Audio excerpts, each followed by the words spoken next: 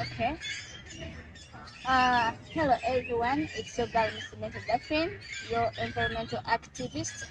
Today we are back again with a certain topic, and with me I have a guest speaker who's going to tell us about this topic. So the topic of today is integrating environmental sustainability in construction sectors. So we know what sustainability is, we know what the construction sector is. So before going far, let me first welcome our guest speaker, who is going to teach us more, to introduce himself and what he does. Then we shall go deep into the topic.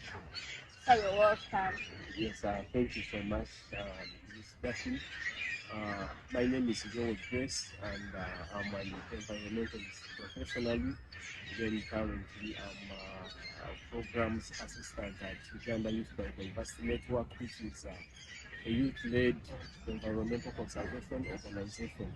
Yeah, so we are here to talk about how we are here to talk about integrating environmental sustainability in the construction sector, because we get to realize that every now and then we are having new infrastructure being set up, it be apartments, it be roads, it be these big hotels and everything. But the question really is there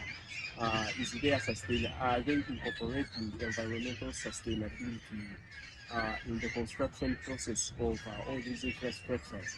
So today we are here to delve deep into that topic, and yeah, I believe it will be insightful, and we are going to learn more about environmental sustainability and how best it can be integrated into the construction sector.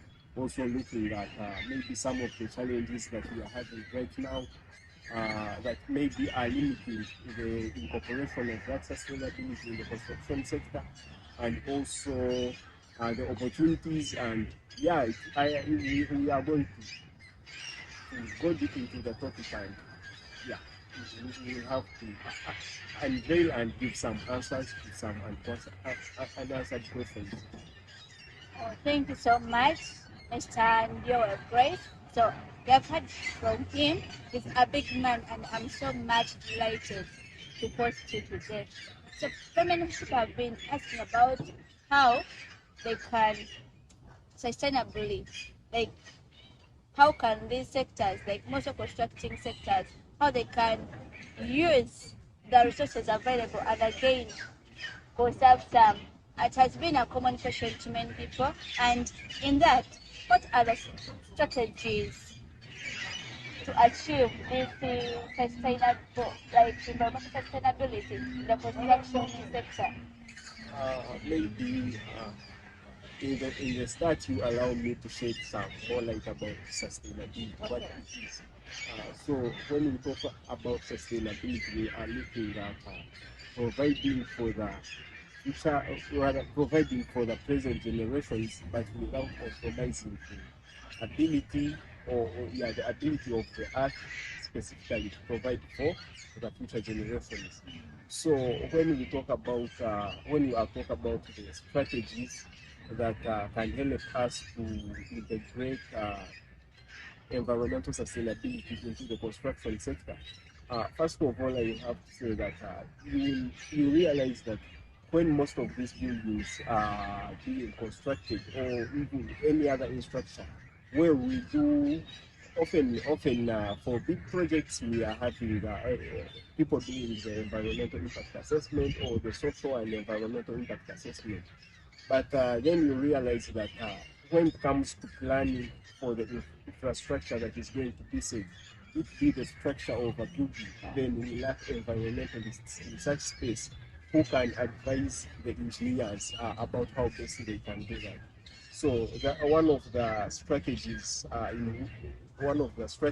about how we can integrate sustainability in the construction sector is using a multidisciplinary approach. In other words, we need to always have engineers and environmentalists coming together on one table and sharing ideas about how best they can cater for such aspects, because it is not just about integrating. It's not just about taking care of the planet, but it is also something that helps to improve the well-being of people. Because if we really integrated environmental sustainability in construction, maybe if I'm to give an example, talk of an apartment, and let's say we are having a green rooftop. Of course, that with this other strong sunshine that we are often having, it will help us to regulate the temperatures, also providing habitat for some biodiversity, because even in urban places we do have biodiversity, but you get to realize that it lacks habitat due to this other, yeah, I won't say it's degradation, but due to the construction projects that are always ongoing. So we need, yeah, to have a multidisciplinary approach where environmentalists and engineers can come together and they plan about how best we can do this great work. Yeah. Wow, that's so nice. Actually, according to what I've heard from you, Mm. yeah, I've learned something. Hope our viewers you're learning something from our our certified environmentalists. So as you go, remember in this construction sector, there has been also introduction of technology. So what has what role has technology played in promoting sustainable sustainable construction? Because remember now in the construction sector, a lot of technology is being applied. You see machines, what and what. So, what role has it played? Has it played a good role in in in the sustainable part, or it has not played any good thing? Thank you so much.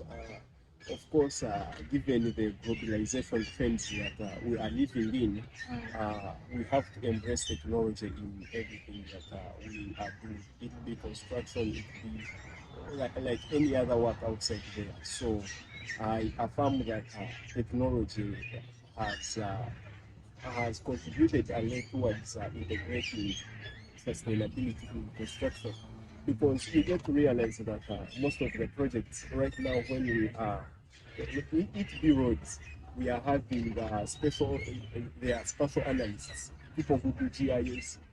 So those people, you get to realize that they help us to tell, like to assess the risks maybe of setting up some infrastructures in some areas. Some areas could be flood prone, and we cannot merely tell, but with the use of technology, then we get to understand the circumstances that are on the ground, and that helps a lot in construction. Also, like another way technology is helping us to incorporate environmental sustainability into the construction sector. We also look at something to do with energy, because you get to realize that some of the facilities that are being built now, they can easily accommodate renewable energy facilities. It be solars, it be like wind power.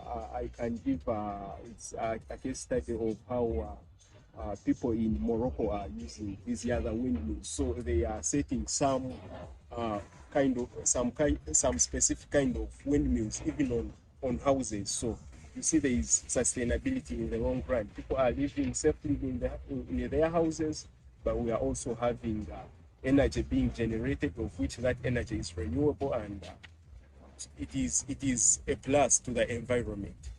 Yeah, and then maybe another thing, how technology is helping us to incorporate environmental sustainability in the construction sector is right now we are like, how can I call it? But we are having infrastructures which are which which are it is a high level of engineering, in that we can regulate the temperatures inside, we can increase the temperatures when it is cold outside. So you see that is a very big role that technology is playing, Yeah. because a case in a point, let's say for people who are living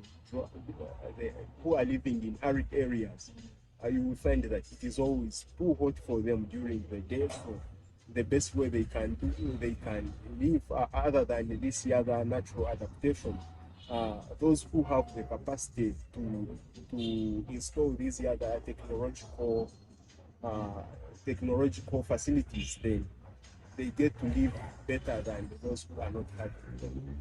Wow.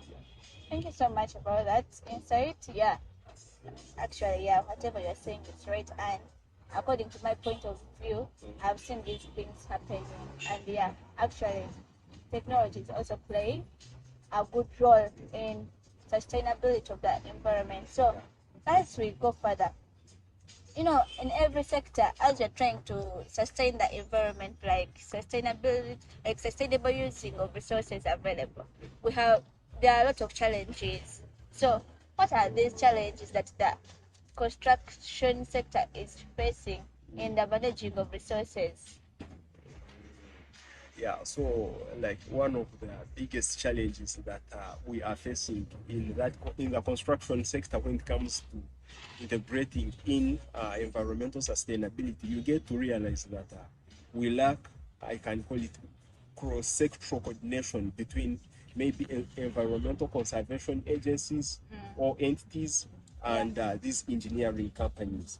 So that is a very big challenge, because we will always lack harmony. We cannot have people coming together to sit down and discuss about maybe these other architectural designs, or yeah, and then not just discussing them, but also looking at how best they are environmentally friendly.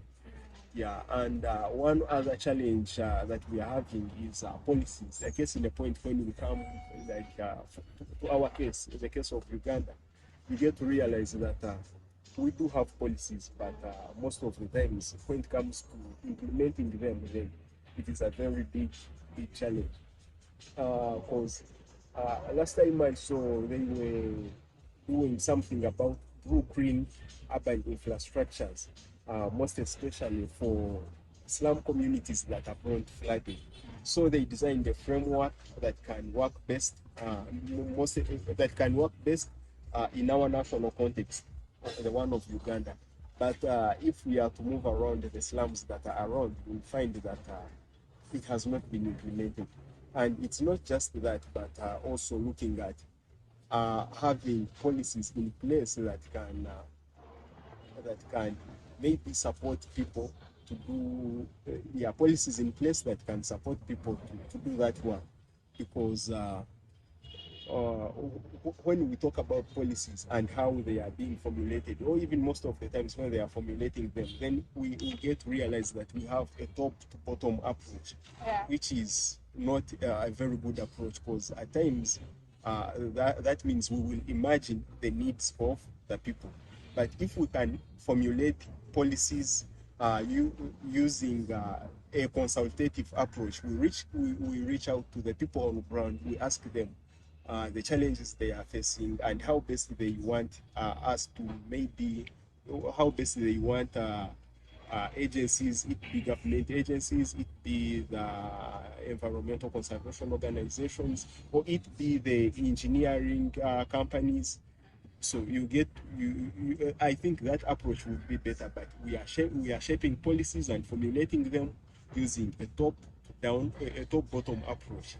Yeah, so that is a very big challenge. And then another big challenge that we are having when it comes to integrating environmental sustainability in the construction sector, we are lacking institutional capacity, because right now, if we say we want to, let's say, construct a road that is, yeah, let's say we wanted to construct a road that is all that much meeting these environment standards. I can give maybe an example, something like the Entebbe Express, the way it was constructed. You see, it is by far better than most of these roads that we are having around town. So we are having we are lacking capacities in the institutions, both in terms of the technical expertise, or even at times the budgetary, yeah, something to do with the budget. Yeah. Yeah, so that is something that is also affecting the rate at which environmental sustainability is being incorporated in the construction sector. Wow, wow. Thank you so much. Actually, the challenges are very many, and if you see, so I may have a sip. Yeah. So the thing is, these sectors, actually not only the construction sector, but all sectors, they must at least have environment expertise to always Yeah. guide them. Because sometimes you see some constructions being brought up, like they really need like planning, and of which such stuff is more convenient when you have an environment, like someone, an expert in the environment, someone who has done environment. People will guide you so that when by the time you construct a road somewhere, some people you find that they're degrading wetlands, so many resources, and of which you're looking at sustainability. So not only the construction sectors, but also all other sectors, they need environmental expertise, and we have very many people who are experts in environment. He's here, I'm here, my videographer is there. So as we as we get to our conclusion, what advice are you giving to the construction sector as a, like as it is bringing in the sustainable part in the environment? What advice would you give that sector? Because sometimes these people, despite their our heads and they're in those big offices, they need advices from us. So what advice could you give the sector? The construction sector. Yeah. Yeah, so you get to realize that just like you have mentioned, well, the construction sector is something that we do need a lot, because given our increasing population, like there is need for catering for that population and other needs of people. So some of part of the advice I can give to the construction sectors is that there is need for them to harmonize to harmonize and align their work with we call it environmental and social governance. So they should incorporate those ESGs, because ESGs are like standards at which like most of the businesses or projects will be conducted while trying to observe environmental sustainability. So that is one thing they can do. And then another thing, the construction sector should do is to always have environmental experts or consultants when they are developing their work, so that it is there we are having a resource full of knowledge coming from different walks of life: engineering, architecture, then environmental conservation. So that can help us to, to, to easily incorporate environmental sustainability in the construction sector. And then maybe one more other thing is that this goes maybe to the governments. They need to develop for us policies which are very favorable, policies that can allow engineers and environmentalists to easily work together. Yes, not one party overriding the other. Yeah, so they have to work hand in hand so that they can deliver something that can contribute to both the well-being of people and also the planet. Yes. Actually, I have nothing much to add on what he has said, because I believe whatever he has said is right, and whoever is watching this, we really need the environment expertise in all sectors, not only the construction sector, so that we can be guided on how we can utilize all the resources that we have, because we don't want to be selfish, for us to have our own needs, but we also have to think about the future generations. That's why sustainability comes in. So it's been a pleasure having you. Thank So you.